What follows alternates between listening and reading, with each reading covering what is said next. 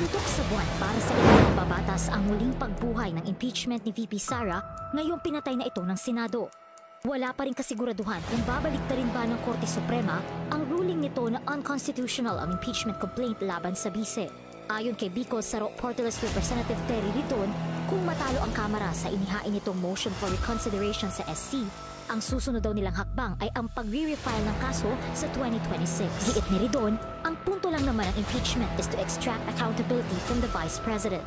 Lalo pat mabigat ang basehan tulad ng paglustay umano ng milyon-milyong pisong confidential funds ng kanyang mga opisina at ang pagbabanta umano ni VP Sara sa buhay ng first couple at House Speaker Martin Romualdez.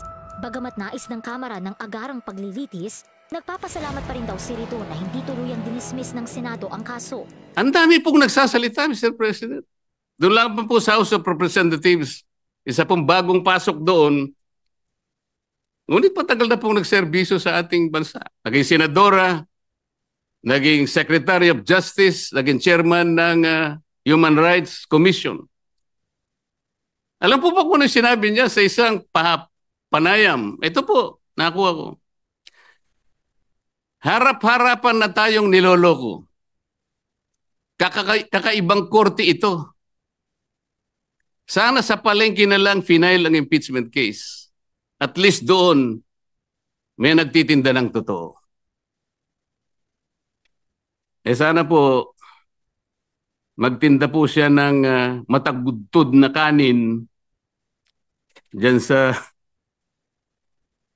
Samar. Baka may bibili kaya. Pwede kaya siyang pumunta dyan sa Pampanga po para magbenta ng magadto na kanin. Kung may bibili, baka sakali. Pumunta kaya sa Panay para magbenta ng lagdos na kanin. Wala po siguro, Mr. President.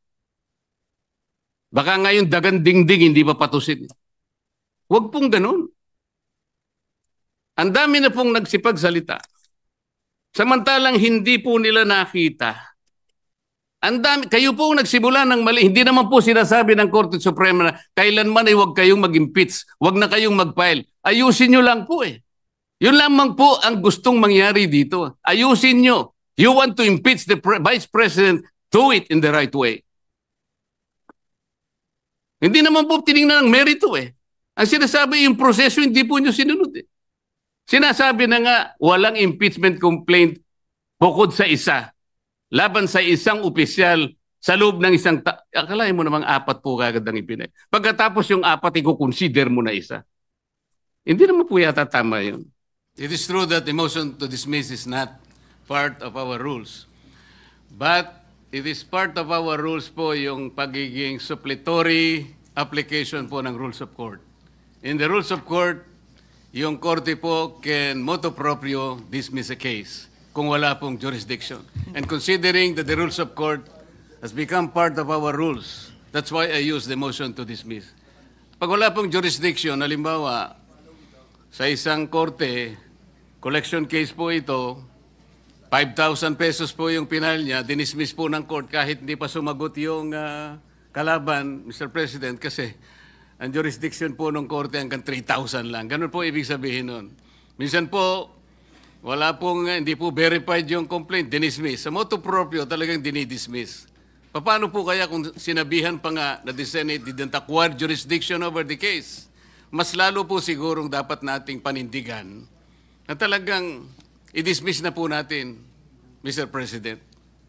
Senator Lacson is recognized. Again, I refer to our rules, Mr. President. Wala rin po ako makitang suppletory application sa rules of the Senate pagdating sa plenaryo. Pwede pong gamitin ito sa mga committee hearings. Sa impeachment.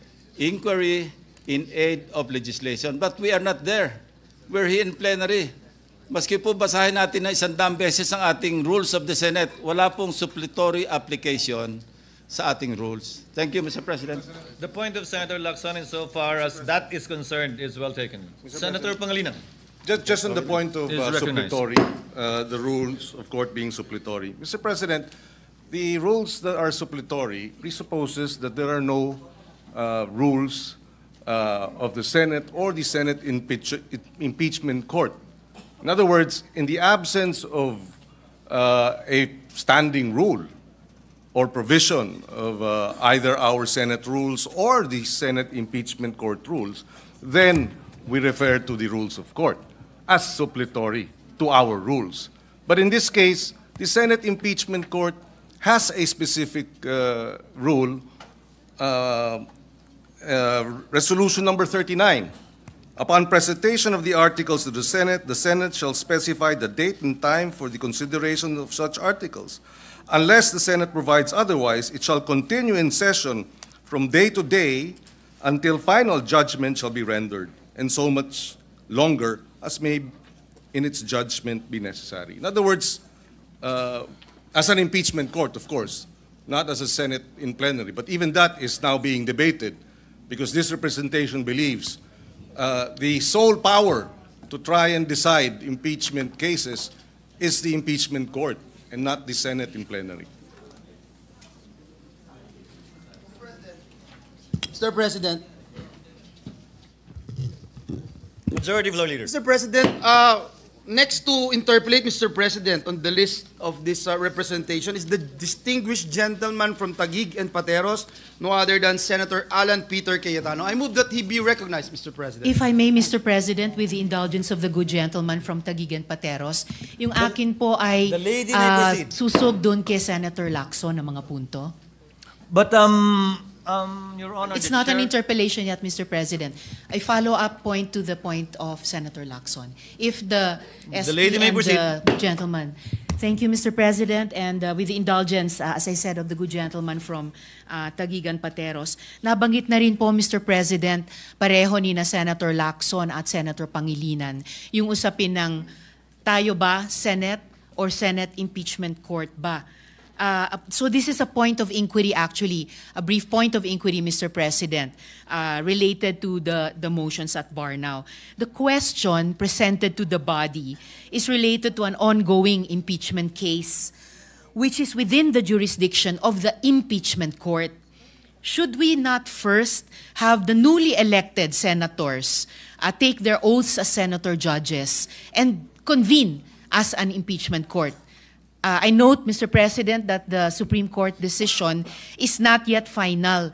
As colleagues have mentioned, a motion for reconsideration has been filed by the House of Representatives, and the court itself, the Supreme Court, has given 10 days for the Vice President to comment. So yung point of inquiry ko nga po, Mr. President, hindi po ba dapat pasumpain na muna ng presiding officer with us convened as an impeachment court, yung mga bagong halal na senador para makapag-convene po tayo bilang impeachment court at i-treat yung mga motions at bar. Salamat po, Mr. President.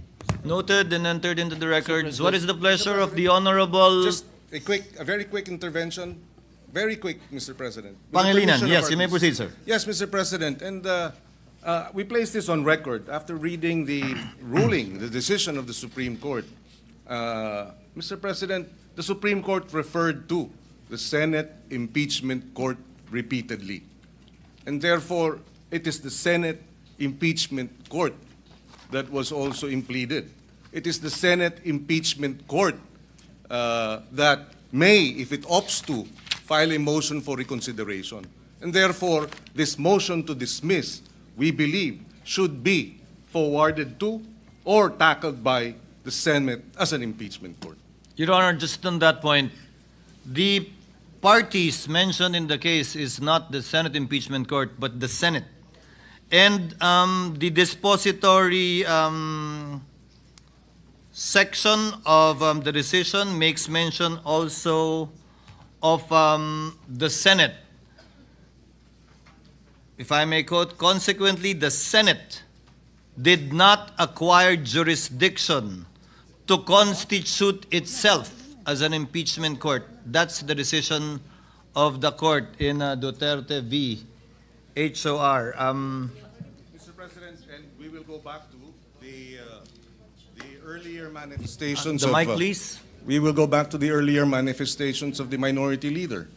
Yes, the Supreme Court ruled that we have no jurisdiction. Yet, the decision is flawed in terms of the facts.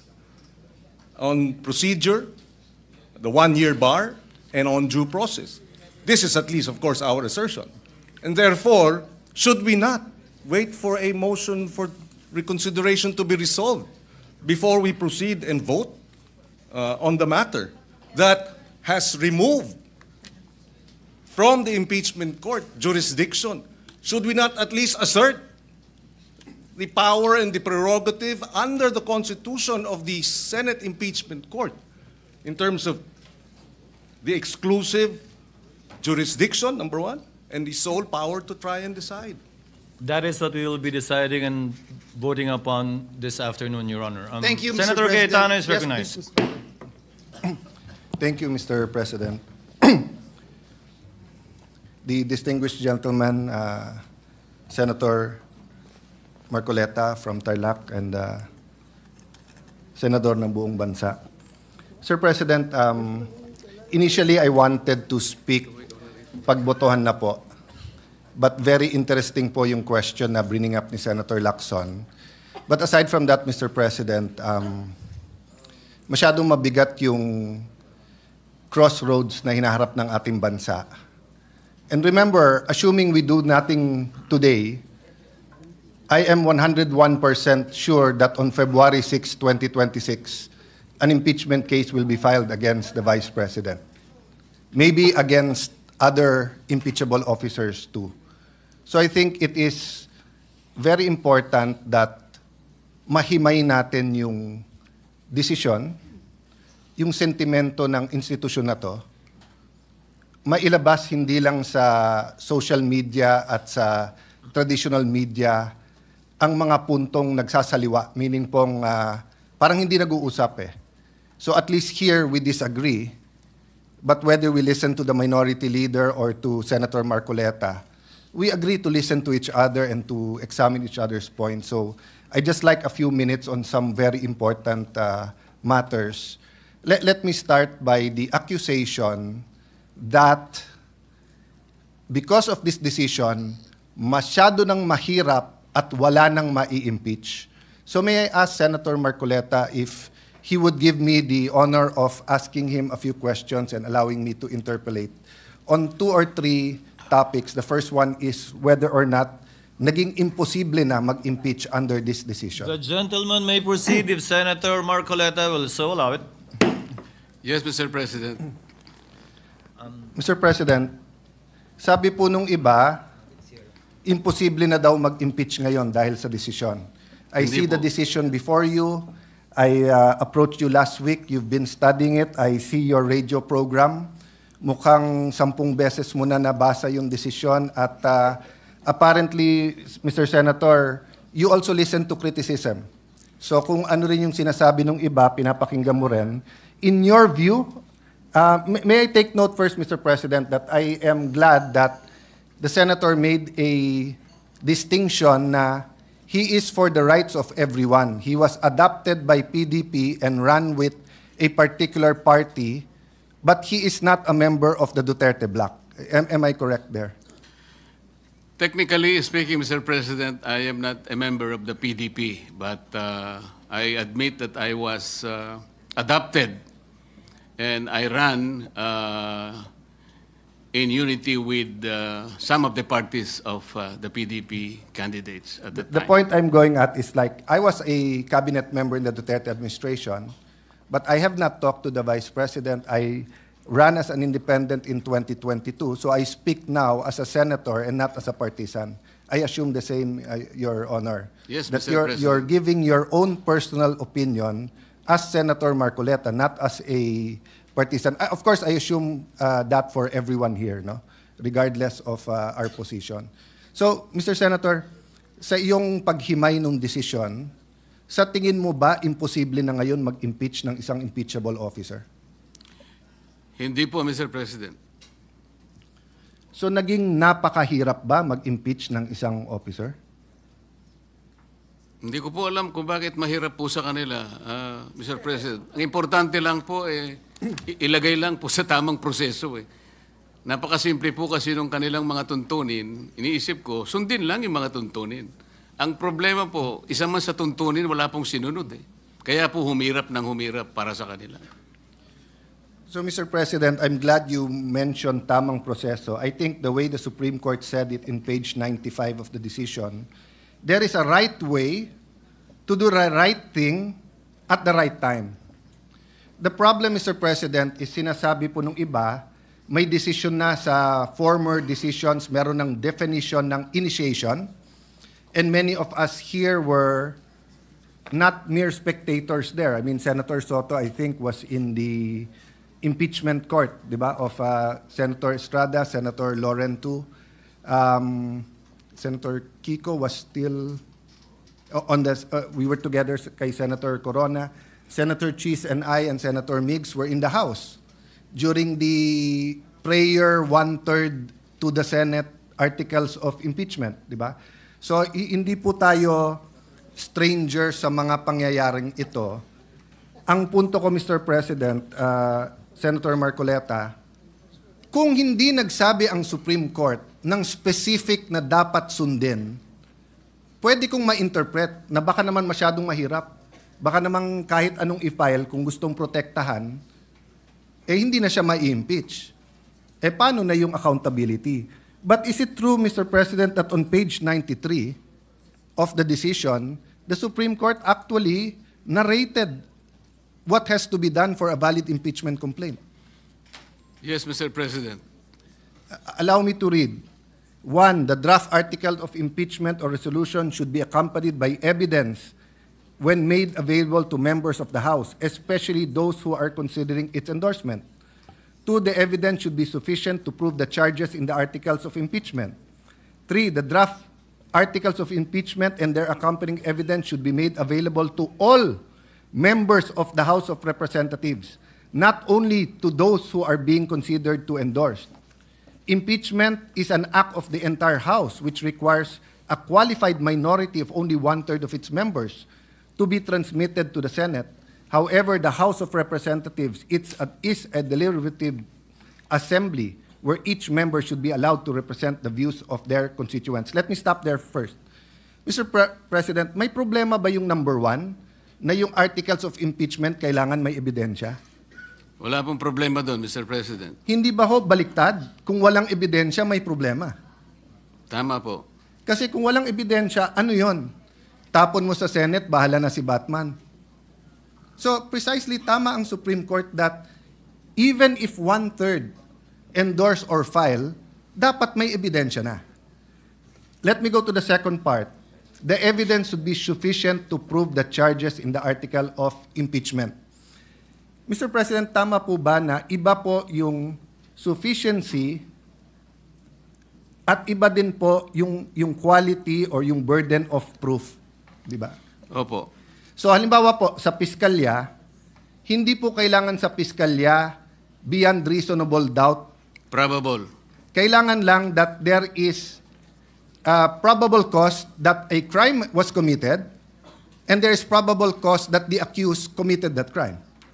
Yes, Mr. President. So in the same manner, hindi sinasabi dito sa 2 na kailangan mo ipresenta sa mga congressman lahat ng testimony, lahat ng ebidensya. Ang kailangan lang, if you assume the evidence to be true, it will be enough to convict. Tama po. Because if not, then sayang lang ang oras natin sa Senate. Kung may articles of impeachment ka, walang ebidensya or may ebidensya pero yung ebidensya is not sufficient to prove the charges, either the Senate will be a kangaroo court and convict without evidence or we will be wasting our time. So wala rin problema sa number 2, Mr. President.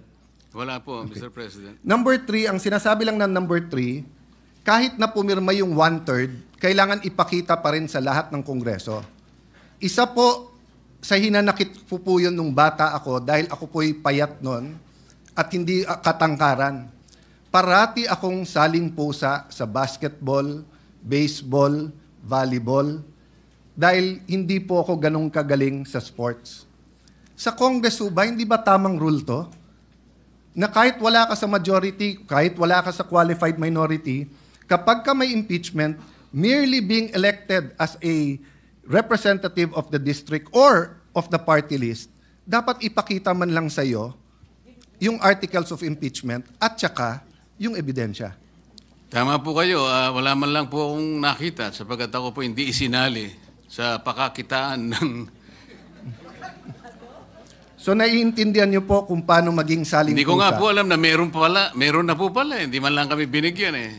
Kaya nung tinanong ko po yung aking mga kasama, kayo pala binigyan, bigyan nyo nga ako ng kopya para mabasa ko. Wala rin kami. Paano nyo pinirmahan? Hindi naman namin binasa nung pinirmahan na. Basta meron lang binigay ng mga signature pages. Doon lang kami pumirma. So Well, hindi nyo nabasa? Hindi. God and the world has a way of correcting itself because now I have the privilege of serving the people here, not as a saling-pusa, and definitely, Your Honor, as chairman of the Senate Blue Ribbon Committee, is not a saling-pusa here in the Senate. In fact, you are an esteemed neophyte with a very powerful committee. So, again, number 3 is just a simple walang saling-pusa rule, which is very good. Number 4, respondent have the opportunity to be heard on the draft articles of impeachment. Hindi ko na po babasahin dahil mahaba, pero basically ang sabi ng Supreme Court dito, hindi naman kailangan pumunta doon ang Vice President. Pwedeng through pleadings. Meron po bang masama dito, Mr. President, na kapag may na-impeach, bigyan man lang siya ng kopya at pasagutin muna siya sa House bago siya pasagutin sa Senate? May masama po ba dito? Wala pong masama, Mr. President. Ang totoo nga po, sinasabi nga na dapat i-repair po lahat ng impeachment complaints kahit na yung pinirmahan ng 1/3 o higit pa, i-repair sa Committee on Justice. Yun po ang paraan siguro para magkaroon man lang ng pagkakataon ng Vice President, kahit na by pleadings lang, makasagot siya. Yeah. Pero hindi nga po ibinigay. Before I go to number 5, just because I like your answer, Mr. President, one thing that guides me, no? So I've in coming to my decision with this, I follow 2 books. One, the Bible, which is of course a covenant between God and people, tayo, and the Constitution, which is a covenant among the Filipino people and the government, no? Alam mo, both books talk about due process. Ang Panginoon, nung kinain ni Adam at Eve yung prohibited fruit, nagtanong muna siya, ba't kayo nagtatago? Hindi nag-accuse, nagtanong muna, pero alam na ng Diyos. So ang ibig lang sabihin ng due process, sabi ng desisyon ng Supreme Court, magtanong ka muna bago ka humusga. So Mr. President, I was thinking, what if naging masyadong emotional yung eleksyon ng huli, and one-third of members of Congress ay naging anti-administration, at ang kinahaharap natin ngayon ay isang impeachment labang kay President Marcos, at pag siya'y na-impeach, magiging presidente si Vice President Sara. I wonder if all of us in this room and out of this room will still have the same paninindigan. I hope I will. I'm not judging. I am just saying, Mr. President, what helps me is those 2 books, but also to put myself in the opposite side, to put myself in that position. What if, so I'm looking, I see my good friend, former Senate President Zubiri, shaking his head. So natanaw ko tuloy si Senator Kiko. What if Vice President Lenny and Senator Kiko won in 2022? And what if ang ini-impeach ngayon ay si Senator Kiko? I hope yung decision ko to support this decision would be the same. Tama po, dapat walang pagkakaiba. Wala saan pagkakaiba. So number 5, a reasonable period of time determined on the basis of complexity of charges must be given to all members of Congress. Kasi lumalabas po, yes, tama si Senator Soto, ibang mode yung 1/3. Pero lumalabas po mismo sa pleadings, mismo sa sinabi ng House of Representatives, wala pang 3 oras. Yung Wala po. ibinigay sa mahigit 200 na pumirma, samantalang ang complaint is a few hundred pages. Tama po ba? Mahaba pong pahina lahat ang sinabi sa akin, Mr. President, at hindi po nila na kayang basahin sapagkat wala nga silang kopya. Humihingi po sila ng kopya bago pumirma, ngunit wala pong ibinigay. Okay. Yun po yung sinabi sa akin ng mga ilan sa aking mga kasamahan doon. Yung number 6 po, Mr. President, madali kasi kailangan yung impeachable act is an act done while they were in their present office. So wala naman pong problema dyan. Meaning, kung may nagawa si Senator Cruz nung konsyal pa siya, pero ngayon Vice President na siya, hindi naman siya pwedeng impeach base sa ginawa niya nung konsyal siya. Tama po. So madali po yon. Number 7, at the very least to accord the opportunity to be heard under the requirement of due process in the procedure under Article 11, Section 3, Paragraph 4, after the draft articles of impeachment and required proof arrived at. Letter A, the House of Representatives should provide a copy of the draft articles and its accompanying evidence to the respondent and give her an opportunity to respond within a reasonable period. May problema po ba dito? Wala po. Kapag ka ganito kabigat, natatanggalin mo ang isang impeachable officers, tama po ba yung surprise? Hindi po. Parang, eto yung wag mo nang tignan, 1/3 naman kami, sa Senado ka na, sa Senado ka na mag-reply.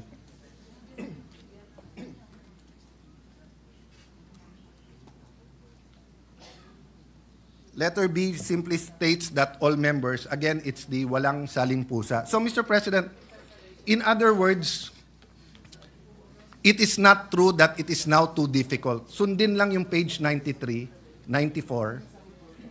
Whether it's February 6 for the Vice President or if anyone wants to file an impeachment against anyone, magagawa to at any time. Tama po, Mr. President. Let me reverse my question, Mr. President. Dapat ba maging madali mag-impeach ng isang officer? I'm asking, of course, your opinion that I value, Mr. President. Depende po sa ini-impeach na opisyal. Pero kinakailangan po hindi dapat magmadali. Kaya dalawa po kasing bagay yun eh. Kailangan po siyang mapagbigyan ng due process niya at gaano man po karami yung ebidensyang inaharap sa kanya. Bigyan natin siya ng pagkakataong makasagot. So maaari pong mahirapan ng konti, tumagal ng konti.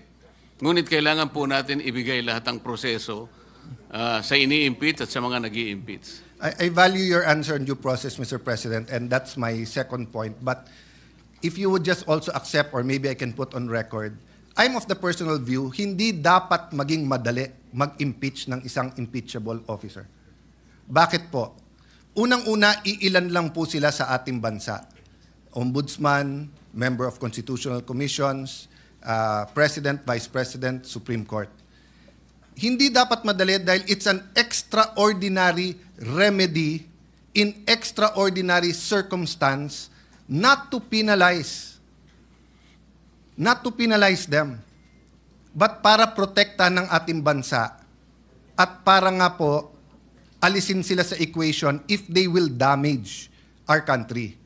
So, the difference po with this impeachment sa iba, at least the impeachment of President Estrada, President Arroyo, and again, may I be sensitive especially to my friends here who are of that administration, was with us, against us, or like Senator Jinggoy and Senator JV. Yung feeling kasi doon is that if there was another day na hindi na-impeach, magagamit yung opisina na yon. Kasi presidente pinag-uusapan. Ganon din sa Chief Justice, na habang nandun ka, ma-impluensyan mo yung korte. Pero pag pinag-uusapan mo Vice President ngayon, wala naman siyang hawak na departamento, wala siyang hawak na agency, wala namang police, militar, NBI, Coast Guard, whatever under sa kanya. Yes, we should hold her accountable kung may ginawang mali. Dapat i-impeach pag may ginawang mali. Pero it's not true that today and tomorrow matters that much. Because wala naman siyang opisina na magagamit not only to cover her tracks or to damage the country. Di ba? In fact, I doubt kung walang perpetual disqualification yan, baka iba ang suma natin ngayon. But I don't want to go to the political aspect.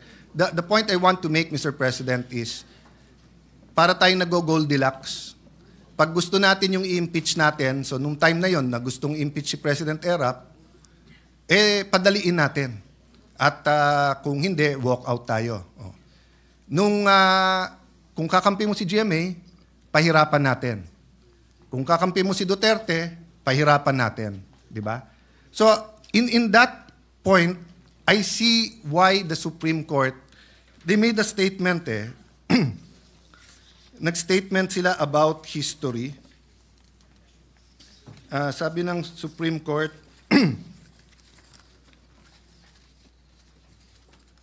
ito po, sa page 94, we understand our history. We have learned that in the past, momentary desires to do what is convenient and concede means to ends have inadvertently created precedents that weaken the succor of law for those who dissent, or those that are society's margins, or those who have fallen out of grace from the powers that be. We have learned that the clash of political interests in the past, often disguised by noble intentions, have obscured the need to address the real problems of corruption, inequality, poverty, and disempowerment faced by our people. Kung ito lang po ang sinabi nila, Mr. President, sasabihin kong hindi ba namumulitika yung korte? But sinabi nila to after page 93 na iniisa-isa nila paano mo i-impeach eh. So parang ang tinuruan na ang Senado at saka House, gusto nyo impeach ang Vice President o sino man, sundin nyo lang to. Wala na kayong problema. So I think in that sense, Mr. President, it's a balanced decision.